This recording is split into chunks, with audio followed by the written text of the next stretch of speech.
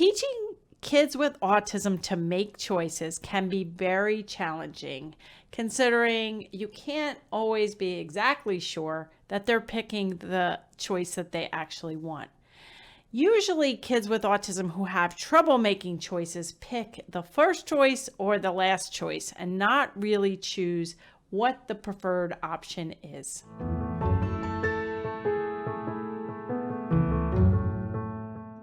Hi, I'm Dr. Mary Barbera, autism mom, board-certified behavior analyst, online course creator, and best-selling author of The Verbal Behavior Approach. Each week, I provide you with some of my ideas about turning autism around. So if you haven't subscribed to my YouTube channel, you can do that now. Today, I'm sharing a small excerpt from a question and answer session that I did within my closed private online community, where I answered a question about how to teach kids to make choices. Do you have any tips on how to teach choices? My son typically repeats the last item said 9 out of 10 times.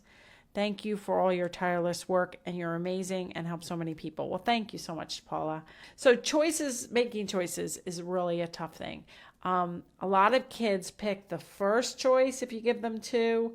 A lot of kids pick the second choice when given two or when given three. The best thing to do is to provide a visual of the options, but that's not always convenient, possible, and you do want the child to be tuning in and picking his favorite choice. But one of the steps to making better choices is to use a visual choice board, visuals of pulling the corn chips and the banana out, and having the child reach for one and then say the word, or say the word and then reach to get it. But the other thing I think I show in some of the videos somewhere in the early learner courses is say you have pretzels and corn chips. A lot of professionals, they use tackle boxes and things.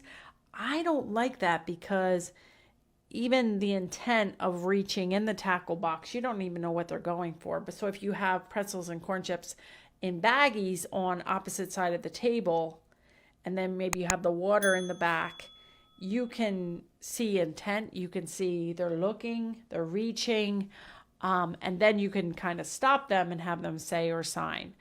So those are all good things to think about when you're having choices. The other thing, if they can't make a choice intraverbally, like do you want the corn chips or the banana, it's probably because their intraverbals are really weak. So you're here, you have an intraverbal bonus video, which I would highly recommend. I would do that as part of the intermediate course. I recommend the intermediate assessment I created. The intraverbal subtest is hugely important, and the self-care checklist. But strengthening of the intraverbals will help choices as well. And then the final thing, Lucas really had a problem with picking the first response. So we would, a couple things we did to improve it, and it has really improved now. One of the things was he's pretty good at intraverbals. Like he knows a banana's yellow. He knows, so colors and those sorts of things. So we could ask him questions with choices. Is a banana red, green, or yellow? Or if he always picks the last response, you want to put it in the middle, you want to put it up front.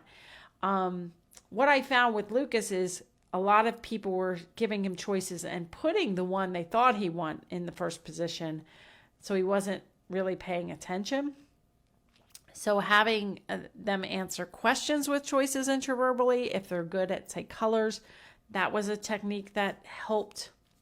Sometimes giving them 3 choices instead of 2. And the final thing that helped Lucas was, and his behavior analyst who's been on his plan since the age of 9, he's 23. She's awesome. She came up with a plan that he would repeat the 3 choices and then make his choice. So if we said you want goldfish crackers, pretzels, or corn chips. He actually likes all three of those, which I'm not promoting junk food because like it is a problem, but just use those as an example. So he'd have to repeat goldfish, pretzels, or corn chips. And then, okay, which one do you want? So kind of like prevents that knee-jerk reaction. So hopefully gave you some ideas. I hope you enjoyed this short snippet. Wherever you're watching this, I'd love it if you would leave me a comment, give me a thumbs up, share this video with others who may benefit. And for more information, you can attend a free online workshop at marybarbera.com/workshop. And I'll see you right here next week.